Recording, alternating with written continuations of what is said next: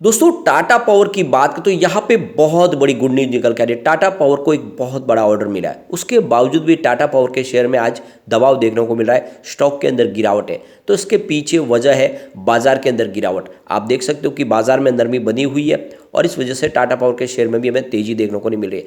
वैसे अगर टाटा पावर की बात करें तो पिछले बहुत समय से स्टॉक में हमने कोई बड़ी तेजी नहीं देखी है। स्टॉक काफ़ी ज़्यादा करेक्ट भी हो चुका है ऊपर के लेवल से, लेकिन जब ये दौड़ा था तो एक तरफा दौड़ा था। आपने देखा होगा कोविड काल के बाद स्टॉक बहुत ही ज़बरदस्त रिटर्न दे चुका है लोगों को। 28 के आसपास का जो स्टॉक था वो 300 तक चला गया और लोग इंतजार करें उसी तेजी की, कब से वो तेजी की शुरुआत होगी। तो यहाँ पे पॉजिटिव संभावना बनने लगी है और जिस तरह से अगर देखें तो बाजार में बहुत सारी तेजी बन चुकी है और इस वजह से यहाँ पे बाजार में तो थोड़ा सा भी दबाव बना हुआ है। लेकिन टाटा पावर का स्टॉक पिछले कई समय से बिल्कुल नहीं दौड़ा है। तो क्या इस समय वही तेजी देखने को मिल सकती है जो कोविड काल में हमने देखी थी, जब 28 का स्टॉक 300 के पास पहुंच गया था? क्या फिर से वैसी ही तेजी बनेगी? तो संभावना बहुत सारी है, जिसको इस वीडियो के माध्यम से डिस्कस करेंगे और कितनी मजबूत है टाटा पावर कंपनी। सबसे पहले अगर हम बाजार की बात करें तो फिलहाल 2 बजे के आसपास का टाइम है। बीएसई सेंसेक्स 60,516 के आसपास है, जहाँ पे 516 पॉइंट की बड़ी गिरावट है, यानी 0.85% की गिरावट है। लगभग 1% के आसपास बाजार गिरा है और लगभग आज देख सकते हो कि आज वीकली एक्सपायरी है, पूरे दिन ही दबाव बना हुआ है और सुबह से हम देख रहे हैं कि बाजार में प्रॉफिट बुकिंग जारी है।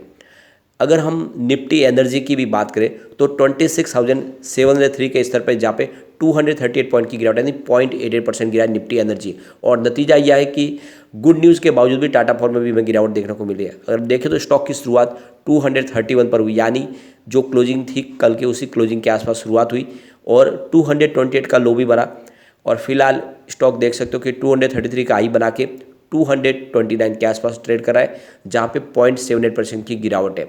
इसकी परफॉर्मेंस अगर हम देखें तो 190 52 वीक का लो है और 298 52 वीक का ये फिलहाल स्टॉक आपको 229 के आसपास मिल रहा है। खरीदारी का मौका है, आपको खरीदारी कर लेनी चाहिए। अगर इसके रिटर्न को देखें तो पिछले 5 साल के हिसाब से इसने 176% का पॉजिटिव रिटर्न दिया है। 3 ईयर के हिसाब से 284% का शानदार रिटर्न दिया है, लेकिन 1 मंथ के हिसाब से 3.27% की ऑलरेडी गिरावट हो चुकी है। 3 मंथ के हिसाब से 0.33% की मामूली सी तेजी है और 1 मंथ के हिसाब से 4.04% की तेजी है। 1 डे के हिसाब से लगभग 1% स्टॉक फिर से गिर चुका है। तो कुल मिला के आप देख सकते हो कि इतनी शानदार तेजी नहीं बन पा रही है। यहाँ पे एक बहुत बड़ी गुड न्यूज निकल के आ रही है। Tata power renewable energy limited यानी TPREL, जो सब्सिडरी कंपनी है टाटा पावर की, उसको एक लेटर ऑफ अवार्ड मिला है, यानी Maharashtra state electricity distribution corporation limited की तरफ से 150 मेगावाट का सोलर प्रोजेक्ट लगाना है सोलापुर महाराष्ट्र में। तो यहाँ पे आप देख सकते हो कि ई रिजर्व ऑक्शन पॉलिसी के माध्यम से जो मिला है और इसको आने वाले समय नहीं 18 महीनों में इसको पूरा करना है। इस मौके पे टाटा पावर रिन्यूएबल एनर्जी के CEO आशीष खन्ना का कहना है कि हमें बहुत ज़्यादा गर्व हो रहा है कि हमें ये LOA के माध्यम से महाराष्ट्र गवर्नमेंट की तरफ से 150 मेगावाट का सोलर प्रोजेक्ट मिला है और ये हम आने वाले समय में इसको पूरा जरूर करेंगे और आने वाले समय में इस सेक्टर में हम और तेज़ी से आगे बढ़ेंगे। हम वो कमिटमेंट हमारा जो है पूरा करने की कोशिश करेंगे। हमारे पास वो पोटेंशियल है कि इस सेक्टर में हम वर्ल्ड क्लास सर्विस दे पाए सोलर प्रोजेक्ट के लिए लोगों को और इस वजह से आने वाले समय में हमारा पोर्टफोलियो और तेज़ी से आगे बढ़ेगा।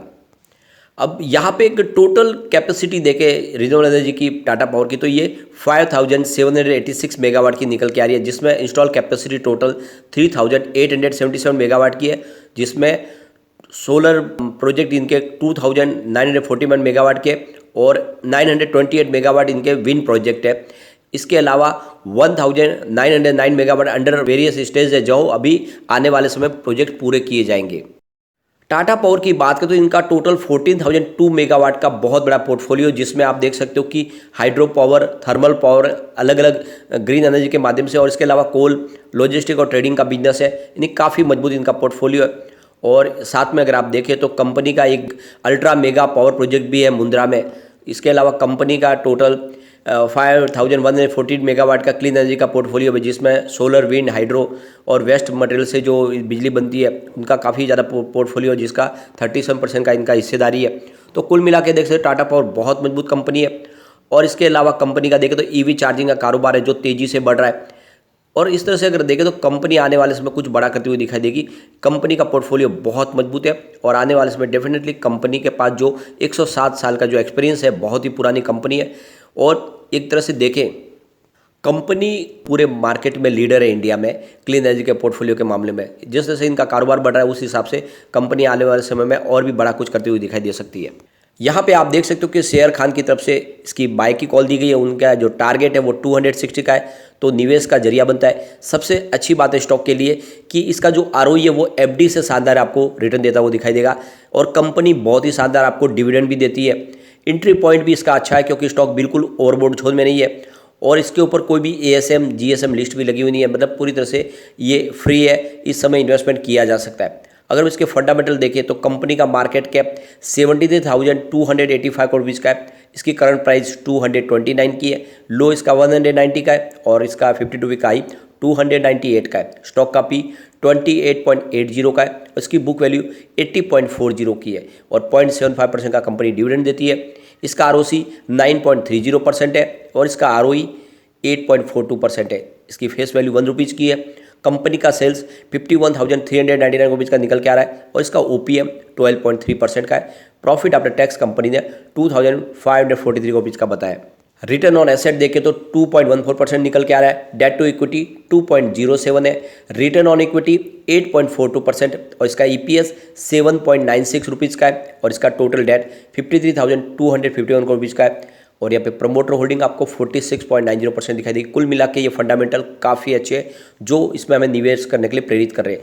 आप देख सकते हो कि बहुत सारे बड़े म्यूचुअल फंड भी इन्वेस्टमेंट किया है, जिसमें हम देख सकते हो कोटक इक्विटी ऑर्बिटेज ने यहाँ पे 274 रुपीज़ का इन्वेस्टमेंट करके 1.23% की होल्डिंग ली है। एचडीएफसी ऑर्बिटेज डायरेक्ट ने यहाँ पे 185 रुपीज़ का इन्वेस्टमेंट किया है और 3.14% की होल्डिंग ली है। एचडीएफसी ऑर्बिटेज होलसेल ने यहाँ पे 185 रुपीज़ का इन्वेस्टमेंट करके 3.14% की होल्डिंग ली है। इसके अलावा एसबीआई ऑर्बिटेज अपॉर्चुनिटीज़ ने 159 रुपीज़ का इन्वेस्टमेंट किया और 2.28% की होल्डिंग ली है। एडलवाइज मिड कैप डायरेक्ट ने यहाँ पे 41 रुपीज़ का इन्वेस्टमेंट करके 1.82% की होल्डिंग ली है। फिर आईसीआईसी प्रू इक्विटी ऑर्बिटेज फंड ने 151 रुपीज़ का इन्वेस्टमेंट किया है, 1.38% की होल्डिंग ली है। टाटा ऑर्बिटेज फंड ने यहाँ पे 126 रुपीज़ का इन्वेस्टमेंट किया है, 1.82% की होल्डिंग ली है। इन्वेस्टको इंडिया कॉन्ट्रा ने यहाँ पे 100 का इन्वेस्टमेंट किया है, 1.08% की होल्डिंग ली है। एक्सिस ऑर्बिटेज डायरेक्ट ने यहाँ पे 93 रुपीज़ का इन्वेस्टमेंट करके 2.34% की होल्डिंग ली है। यूटीआई ऑर्बिटेज ने यहाँ पे 90 रुपीज़ का इन्वेस्टमेंट किया है, 2.20% की होल्डिंग ली है। तो ये आप समझ सकते हो कि इंडिया के बड़े बड़े म्यूचुअल फंड यहाँ पे इन्वेस्टमेंट कर रहे हैं और डेफिनेटली आने वाले समय यहाँ पे शानदार तेजी भी आ सकती है। तो ऐसे में आपको टाटा पावर में लॉन्ग टर्म का नजरिया लेकर निवेश करना चाहिए। जिस तरह से इनका ग्रीन एनर्जी का पोर्टफोलियो तेजी से आगे बढ़ रहा है, यह स्टॉक की प्राइस बढ़ेगी ही बढ़ेगी और आने वाले समय जो ये रुकावट है वो जल्दी खत्म होगी और एक तरफा तेजी बनेगी।